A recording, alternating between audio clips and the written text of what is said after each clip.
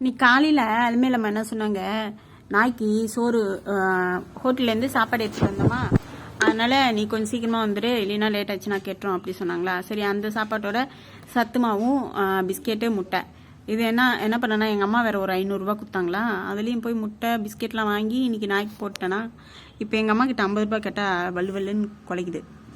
சரி ஓகேம்மா, ஒரு பக்கம் குழச்சி நேருமா அப்படின்னு சொல்லிட்டு விட்டுட்டேன். அதுக்கப்புறம் என்னாச்சு, நாங்கள் போய் அலுமையிலம்மாக்கும் சாப்பாடு போட்டு அப்படியே வந்துட்டோமா.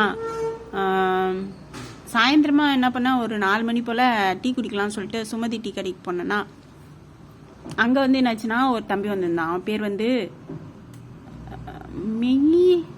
நல்ல மெய்சங்கர். நான் ஜெய்சங்கர் கேள்விப்பட்டுக்கிறேன், இது என்ன மெய்சங்கர் பேர் கொஞ்சம் வித்தியாசமாக இருந்தது. அவன் என்ன சொன்னான், மைசங்கர் அப்படி சொன்னானா, என் காதில் மைசங்கர்னு விழுந்தது. அதுக்கப்புறம் சுமதி சொல்லிச்சு மெய்சங்கர் அப்படி சொல்லிட்டு. அதுக்கப்புறம் யார் சொந்தக்கார பையனா கேட்டேன்னா, அவன் வேற என் முகத்தை உத்து பார்த்துருந்தான். அன்ட்டு நான் அது பார்க்கும்போது ஏன் இந்த பிள்ளை இப்படி பார்க்குறான் அப்படின்னு இருந்துச்சு. செம குட்டி பிள்ளை அப்படின்னு இருந்ததா. என்னடா தூங்கிட்டே வேற வரான், நடந்து வரும்போது தூங்கிட்டே வரான். பாரத் ஸ்கூலில் படிக்கிறான் போல, அப்படிதான் நினைக்கிறேன். கொஞ்சம் அப்படியே எனக்கு கொஞ்சம் ஞாபகம் வருது. நல்லா இருந்தது அவன் கூட பேசுனது, பப்ளியா அழகாக இருந்தான். அப்புறம் பாரதி அண்ணா வேற வந்து அங்கே உட்காந்துருந்தாரு. திடீர்னு நல்லா பேசுறாரு, திடீர்னு பேசவே மாட்டேங்கிறாரு. ஏன் பேச மாட்டேங்கிறாருன்னு தெரியல. பாரதி அண்ணா வந்து எங்கள் ஊர் சொற்பனந்தல். அவர் வந்து சின்ன வயசுலேருந்தே எனக்கு தெரியும். அங்கே சொற்பனந்தல் ஊர் உள்ள தெருவில் வந்து எங்கள் அம்மா வந்து டீச்சராக இருக்கும்போது அந்த வீட்டில் இருந்தோமா. அப்போ அந்த பாரதி அண்ணா வந்து பால்லாம் எடுத்துகிட்டே போகிறா, நான் அவரை பார்த்துட்டு இருப்பேன் உட்காந்து. அப்போ நான் வந்து ரொம்ப குட்டி பிள்ளையா இருப்பேன். என்ன எனக்கு ஒரு 8 வயசு அவ்வளோதான் இருக்கும், 8 வயசு இருக்கும். அப்போ பார்த்து அந்த அண்ணாவை அந்த அண்ணா அப்படியே மாறாமல் அப்படியே இருக்கிறார். கருப்பாக இருப்பார். ஆனால் இப்போ ஃபர்ஸ்ட்லாம் முடியெலாம் கருப்பாக இருக்கும்ல, இப்போ முடி மட்டும் வெள்ளைன்னு ஆயிடுச்சு. இந்த வெள்ளைன்னு முடி இருக்கிறவங்கள பார்த்தா கொஞ்சம் நல்லா இருக்குது, ரஜினிகாந்த் மாதிரி. அப்புறமா அதான் அந்த மாதிரி தான் நடந்துச்சு இன்னைக்கு. இந்த அண்ணா ஏன் இப்படி பார்த்துருந்தாரு, அன்றைக்கி தான் 10 ரூபா கொடுத்தாரு பொங்கல் அன்னைக்கு. கொடுங்க நான் சொல்லிட்டு வாங்கிக்கினேன் நானும். ஏன்னா அவர் எனக்கு பிடிக்குமா, அதனால் வாங்கிக்கினேன்.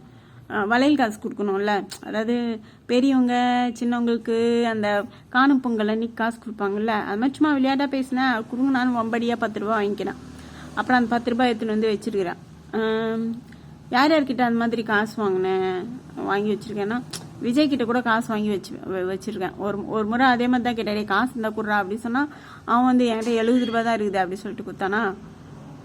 அதே மாதிரி 70 ரூபாய் வச்சிருந்தேன். அப்புறமா என்னோட ராம் ஓகே எல்லாம் கொலைக்க ஆரம்பிச்சிட்டாங்க. ராம் உள்ளவா,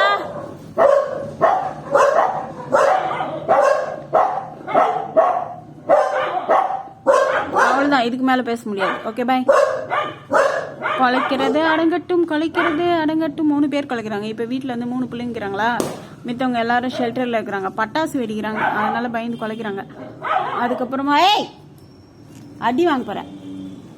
ராம் வேற நைஸாக கட்டில் மேலே எங்கள் தம்பி வேற சிக்கன் குழம்பு கொடுத்தானா. அந்த சிக்கன் குழம்பு வந்து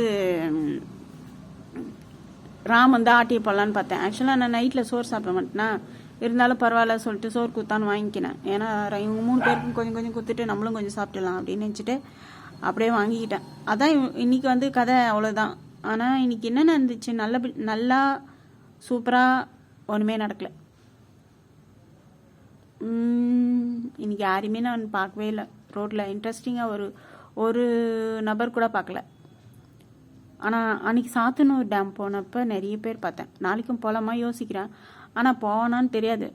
அவ்வளோதான் கதை, இன்னைக்கு கதை அவ்வளோதான். ஏதாச்சும் மறந்து போயிருப்பேன், அதெல்லாம் அப்புறமா ஞாபகம் தான் சொல்கிறேன். ஓகேவா, பாய்.